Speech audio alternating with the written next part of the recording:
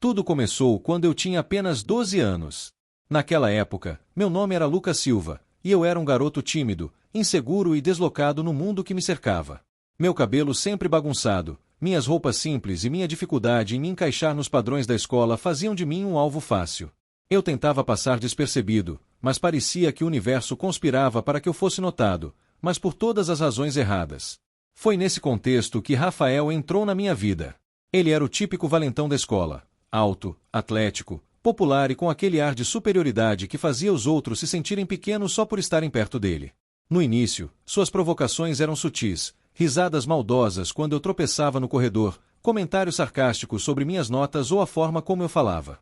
Mas, aos poucos, aquelas brincadeiras começaram a ganhar contornos mais cruéis. Ele roubava meu lanche, espalhava boatos sobre mim e, eventualmente, começou a me empurrar nos corredores, diante dos olhos indiferentes de professores e colegas. Eu não entendia por que ele me escolheu. Talvez fosse porque eu era quieto demais, invisível demais. Ou talvez fosse porque, em algum nível, ele percebia que eu já carregava uma carga pesada dentro de mim. Crescer em uma família disfuncional, com pais que mal tinham tempo para conversar, me ensinou a internalizar meus sentimentos desde cedo. Eu sempre achei que, se ignorasse o suficiente, tudo acabaria se resolvendo. Mas Rafael não era o tipo de problema que desaparece sozinho. O ponto de ruptura aconteceu em uma tarde chuvosa, durante o intervalo do almoço. Eu estava sozinho no vestiário da escola, tentando evitar as provocações habituais, quando Rafael apareceu. Ele veio armado com seu sorriso arrogante e aquela aura intimidadora que fazia todos recuarem. Sem dizer uma palavra, ele me encurralou contra a parede, seus olhos fixos nos meus como se estivesse analisando cada detalhe do meu medo. Você nunca vai ser nada, ele disse, sua voz baixa e cortante como uma lâmina. Só existe para os outros pisarem. Aquelas palavras foram como um golpe físico. Por mais que eu tentasse racionalizar que ele estava apenas sendo cruel, algo dentro de mim aceitou aquilo como verdade. Era como se ele tivesse encontrado a fratura exposta no meu coração e a esmagado ainda mais. Naquele momento, eu quis gritar, revidar, fazer qualquer coisa para provar que ele estava errado. Mas, em vez disso, fiquei paralisado, engolindo o nó que se formava na minha garganta. Quando ele saiu, deixando-me sozinho com meus pensamentos, senti algo que jamais havia experimentado antes, uma sensação profunda de derrota. Os dias seguintes foram um borrão de dor e confusão. Tentei fingir que estava tudo bem, mas aquelas palavras ecoavam constantemente na minha mente. Eu começava a duvidar de mim mesmo em cada pequena decisão. Será que eu realmente era tão insignificante quanto Rafael dizia? Será que ninguém ao meu redor via valor em mim? Minha autoestima foi se deteriorando lentamente, como uma construção velha corroída pela chuva constante. Eu me tornei ainda mais retraído, evitando interações sociais sempre que possível. Até meus próprios pais notaram que algo estava errado, mas suas tentativas de conversar eram superficiais e distantes. Eles estavam ocupados demais com seus próprios problemas para perceber que eu estava afundando. Quando finalmente terminei o ensino médio, decidi que precisava escapar daquele ambiente tóxico. Mudei de cidade para cursar jornalismo em uma universidade longe de casa. Lá, construí uma nova vida, fiz amigos, conheci pessoas que me aceitavam pelo que eu era e, aos poucos, comecei a reconstruir minha autoestima. Arrumei um bom emprego, comprei meu primeiro apartamento e até me tornei alguém que outros admiravam. Mas, por mais que eu tentasse, as palavras de Rafael nunca me abandonaram completamente. Elas surgiam nos momentos mais inesperados, durante uma apresentação importante no trabalho, em uma conversa desconfortável com um amigo ou até mesmo em silêncio à noite, enquanto eu tentava dormir. Era como se ele estivesse sempre lá, sussurrando no meu ouvido, lembrando-me de que eu nunca seria bom o suficiente. Até que, certo dia, enquanto navegava pelas redes sociais, deparei-me com uma foto que mudaria tudo novamente. Rafael estava irreconhecível, com cabelos grisalhos e rugas profundas no rosto. Mas era ele, sem sombra de dúvida. E, para minha surpresa, ele morava na mesma cidade que eu agora. Meu coração disparou. Parte de mim queria ignorar aquilo, continuar fingindo que ele não existia. Mas outra parte, mais insistente, começou a formular perguntas que eu nunca havia feito antes. Por que ele havia me escolhido? Quem ele era além da máscara de valentão que usava na escola? E, acima de tudo, por que suas palavras ainda tinham tanto poder sobre mim?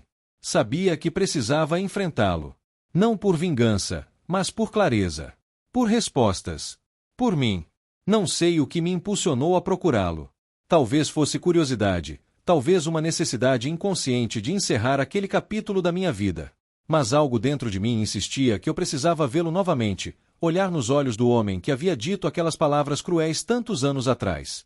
Eu não sabia exatamente o que esperava encontrar: redenção, respostas, ou apenas um rosto envelhecido e cansado como o meu. Só sabia que não conseguiria seguir em frente sem enfrentar esse fantasma do passado. Depois de algumas horas investigando discretamente nas redes sociais, descobri onde Rafael trabalhava: uma oficina mecânica nos arredores da cidade. Era um lugar simples, com paredes desgastadas pelo tempo e um letreiro enferrujado que anunciava reparos automotivos. Parte de mim hesitou antes de entrar. Será que ele se lembraria de mim? E se ele ainda fosse o mesmo valentão arrogante de antes? Ou pior, e se ele fingisse que nada havia acontecido, minimizando as cicatrizes que ele deixará na minha alma? Respirei fundo e entrei. O som das ferramentas batendo contra o metal ecoava pelo ambiente, misturado ao cheiro forte de graxa e óleo diesel. No centro da oficina, vi Rafael inclinado sobre o capô de um carro, concentrado em ajustar alguma peça enquanto fumava um cigarro meio apagado pendurado no canto da boca. Ele estava diferente, mais velho, é claro, mas também parecia mais cansado. Suas mãos estavam sujas de graxa, seu cabelo começava a ficar grisalho, e rugas profundas marcavam seu rosto como cicatrizes de uma vida difícil. Quando me aproximei, ele ergueu os olhos, claramente surpreso ao ver um cliente desconhecido. Mas então, por um momento fugaz, sua expressão mudou. Reconhecimento. Confusão. Talvez até um pouco de medo. Lucas, ele perguntou, sua voz rouca e hesitante, como se não tivesse certeza se era realmente eu. Eu mal conseguia respirar. 15 anos haviam se passado, mas parecia que tudo havia acontecido ontem. Assenti, tentando manter a compostura, embora meu coração martelasse no peito. Precisamos conversar, respondi, simplesmente. Minha voz saiu firme, mas senti minhas mãos tremendo dentro dos bolsos. Rafael franziu a testa, nitidamente desconfortável. Ele olhou ao redor, como se buscasse uma maneira de escapar, mas acabou concordando. Após fechar a oficina temporariamente, fomos a uma lanchonete próxima. Durante todo o caminho, fiquei me perguntando o que diria a ele. Como confrontar alguém que teve tanto impacto negativo na sua vida? Como transformar anos de dor e raiva em palavras que fizessem sentido? Sentados à mesa da lanchonete, finalmente comecei. Você se lembra do que fez comigo na escola? Perguntei, olhando diretamente para ele. Minha voz tremia um pouco, mas mantive o contato visual. Ele hesitou por um momento, como se estivesse revirando memórias antigas. Então, balançou a cabeça lentamente, meio desconfortável. Acho que sim. Éramos uns idiotas naquela época. Fiz muita merda. Aquela resposta me pegou desprevenido. Eu esperava raiva, arrogância, talvez até negação. Mas ele parecia genuinamente arrependido. Idiotas. Não foi só isso, Rafael. Você me humilhou, me agrediu, disse coisas que marcaram minha vida para sempre. Você sabe disso, certo? Minha voz estava mais alta agora, quase trêmula de emoção. Alguns clientes da lanchonete olharam para nós, mas eu não me importei. Precisava que ele ouvisse. Rafael abaixou os olhos, remexendo nervosamente no guardanapo que segurava. Eu sei, ele murmurou, sua voz quase inaudível. Eu sei que fiz coisas horríveis. Mas você precisa entender. Eu não era feliz, Lucas. Ninguém nunca me ensinou outra maneira de lidar com meus problemas. Aquilo me desarmou. Não era a resposta que eu esperava. Sempre imaginei Rafael como alguém confiante, seguro de si, talvez até cruel por escolha própria. Mas ali, diante de mim, estava um homem que parecia carregar suas próprias cicatrizes emocionais. Ele continuou falando, hesitante no início, mas ganhando confiança conforme as palavras fluíam. Contou-me que, após a escola, sua vida não fora tão fácil quanto parecia. Tornou-se alcoólatra aos 18 anos, usando bebida como uma forma de lidar com a pressão de ser o garoto popular e as expectativas dos outros. Perdeu amigos, oportunidades e até a guarda de seus 2 filhos em um divórcio conturbado. Hoje, vivia sozinho, trabalhando como mecânico e tentando reconstruir sua vida pedaço por pedaço. Eu machuquei muita gente, ele admitiu, seus olhos fixos na xícara de café frio à sua frente. Mas nunca pensei que faria isso com alguém como você. Você era só uma criança. Suas palavras me atingiram como um soco no estômago. Parte de mim queria gritar, exigir desculpas, fazê-lo sentir toda a dor que eu senti.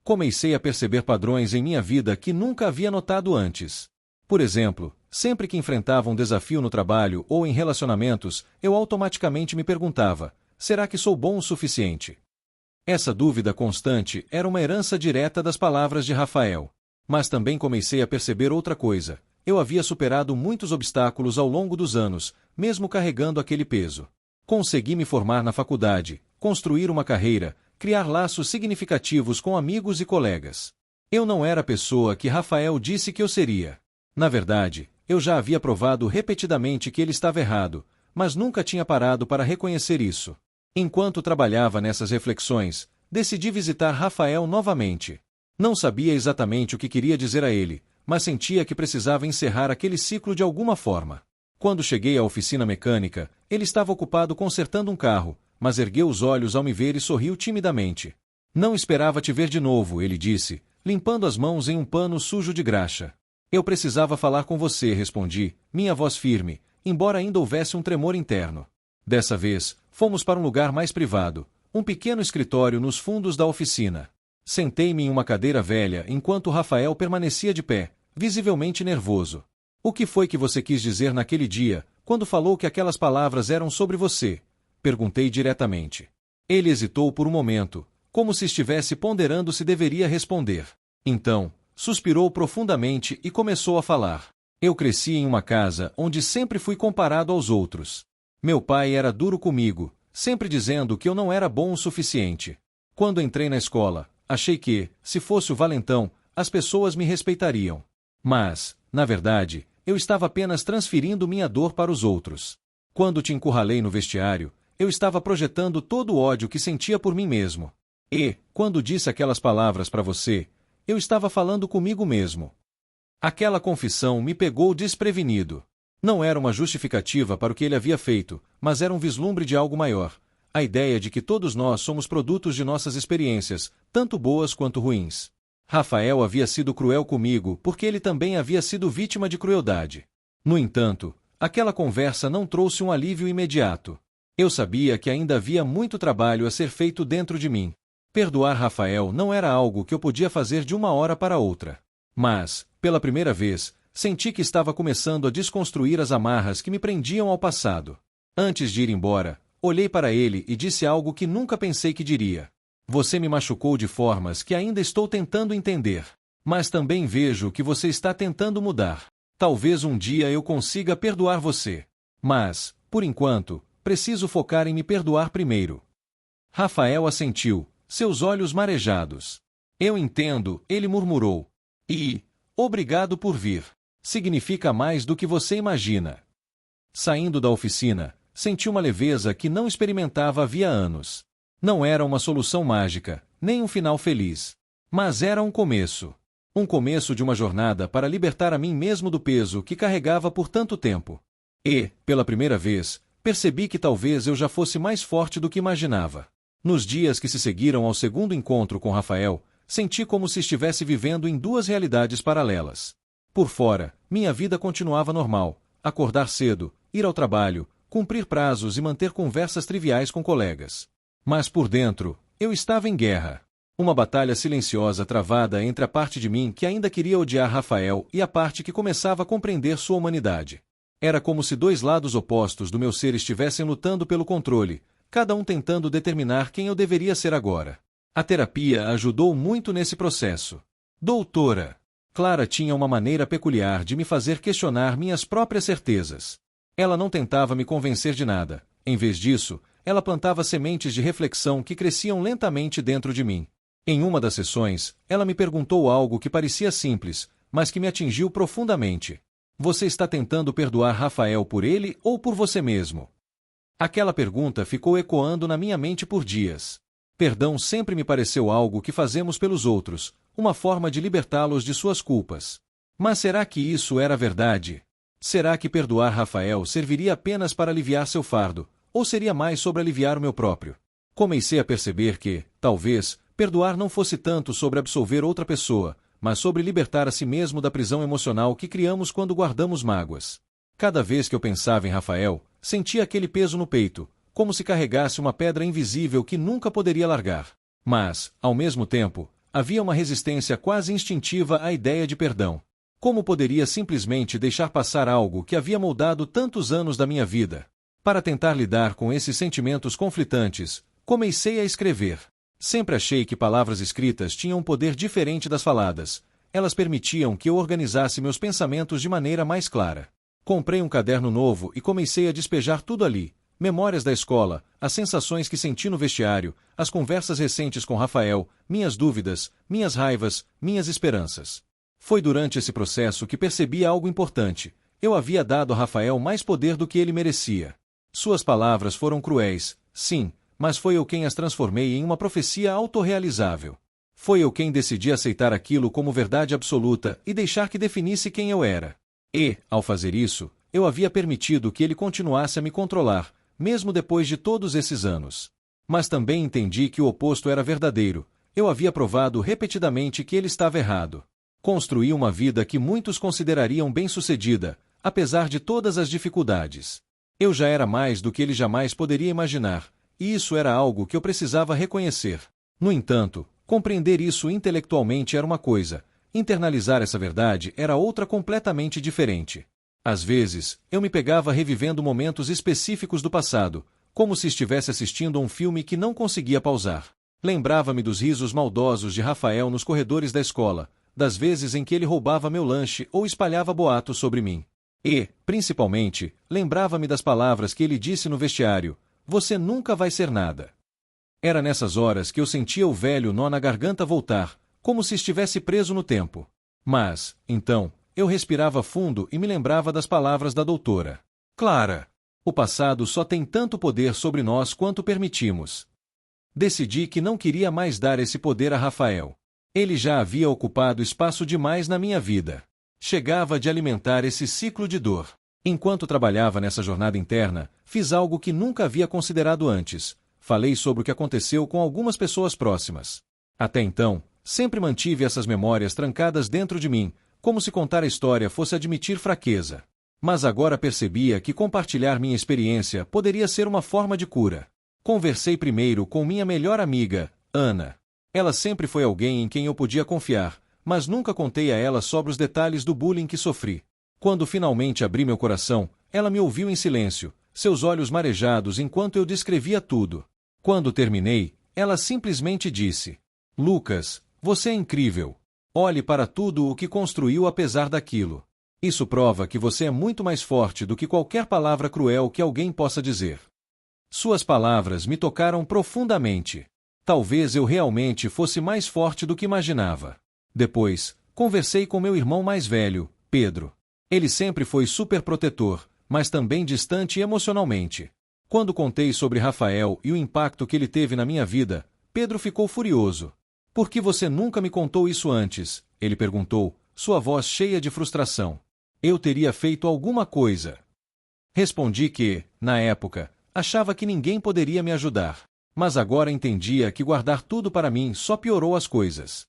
Pedro me abraçou, algo que ele raramente fazia, e disse: "Você não precisa provar nada para ninguém, Lucas. Você já provou quem é. Agora é hora de seguir em frente." Com o apoio dessas pessoas, comecei a sentir uma mudança sutil dentro de mim. Não era algo repentino ou dramático, mas uma leveza gradual que ia tomando conta de partes da minha alma que antes pareciam esmagadas.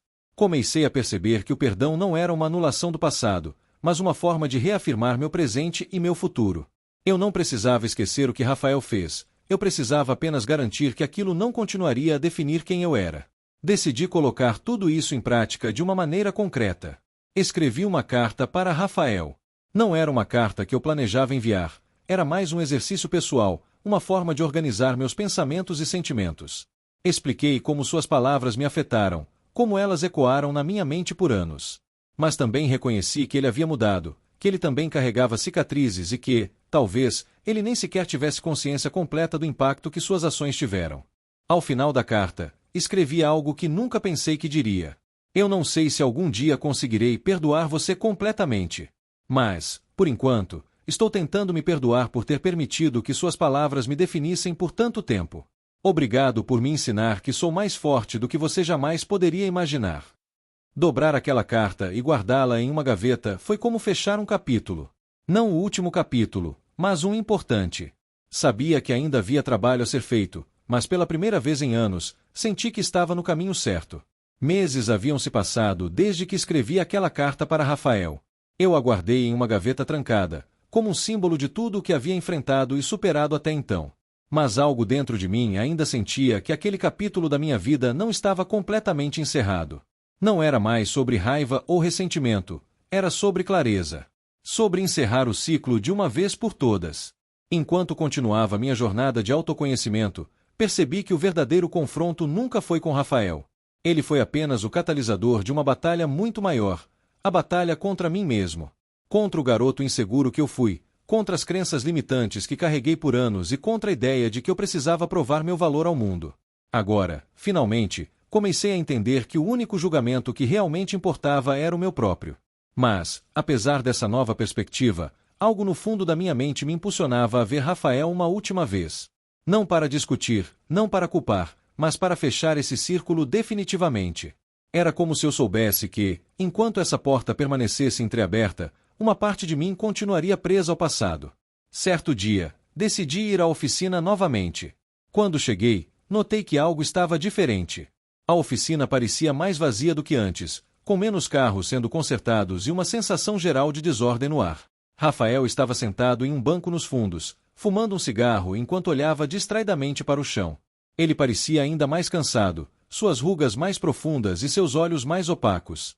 Lucas, ele disse quando me viu, sua voz fraca e quase inaudível. O que você está fazendo aqui?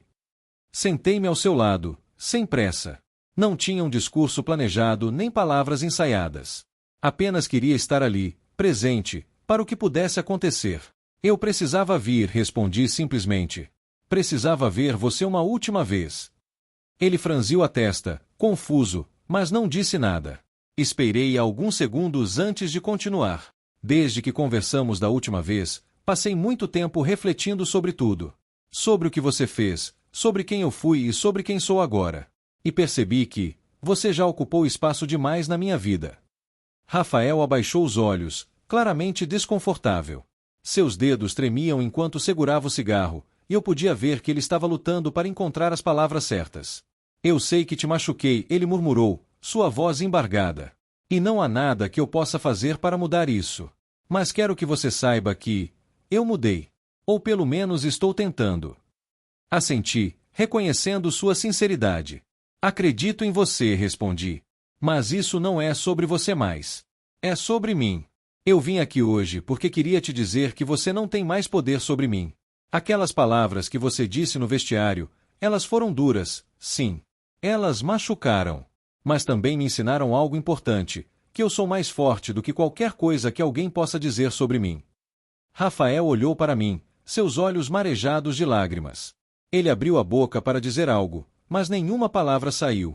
Então, ele simplesmente assentiu, como se entendesse completamente o que eu estava dizendo. Antes de ir embora, entreguei-lhe a carta que havia escrito meses atrás. Ele a pegou com as mãos trêmulas, surpreso. Não precisa ler agora, expliquei. Mas queria que você soubesse que, mesmo depois de tudo, eu consegui seguir em frente. Espero que você também consiga. Ele segurou a carta por um momento, como se fosse um objeto sagrado, e então colocou-a cuidadosamente no bolso de sua jaqueta suja de graxa. Obrigado, ele disse, sua voz rouca e emocionada. Você não faz ideia do quanto isso significa para mim. No caminho de volta para casa, senti uma leveza que não experimentava havia anos. Era como se um peso invisível tivesse sido retirado dos meus ombros. Sabia que aquilo não significava que todos os meus traumas haviam desaparecido magicamente. Cicatrizes emocionais levam tempo para curar. Mas, pela primeira vez, senti que estava no controle da minha própria narrativa. Que eu era o autor da minha história, e não mais um personagem secundário na história de outra pessoa. Semana após semana, continuei trabalhando em mim mesmo. Fiz mais sessões com doutora Clara, conversei abertamente com amigos e familiares e até comecei a praticar meditação. Cada pequena mudança contribuía para uma transformação maior.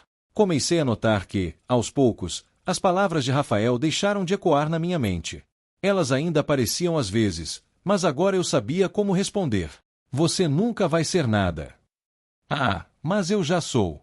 E continuo crescendo.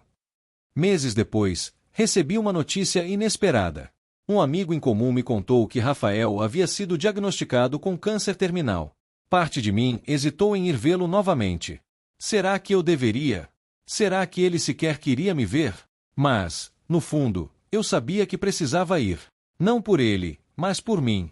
Quando cheguei à casa dele, encontrei um homem completamente diferente do valentão arrogante que conheci na escola. Ele estava frágil, conectado a máquinas que monitoravam sua saúde precária. Mas, mesmo assim, ele sorriu ao me ver. Eu não esperava que você voltasse, ele disse, sua voz quase um sussurro. Eu também não esperava, respondi, sentando-me ao lado de sua cama. Mas achei que devia. Passamos horas conversando, revivendo memórias boas e ruins, falando sobre nossas vidas e sobre o impacto que cada um teve na vida do outro. No final, ele segurou minha mão com força e disse algo que nunca vou esquecer. Você foi mais forte do que eu jamais poderia ter imaginado. Eu só queria que você soubesse disso. Foi difícil dizer adeus. Rafael morreu algumas semanas depois, mas eu não senti raiva ou ressentimento. Pelo contrário, senti paz. Ele foi humano, com defeitos e virtudes, e aprendi que perdoar não significa esquecer. Significa aceitar que o passado existe, mas que ele não precisa definir o futuro. Hoje, sou capaz de olhar para trás sem ódio. Sou mais forte porque sobrevivi, e mais livre porque escolhi perdoar, não por ele, mas por mim. E, embora suas palavras ainda ecoem ocasionalmente na minha mente, elas não têm mais o poder de me definir.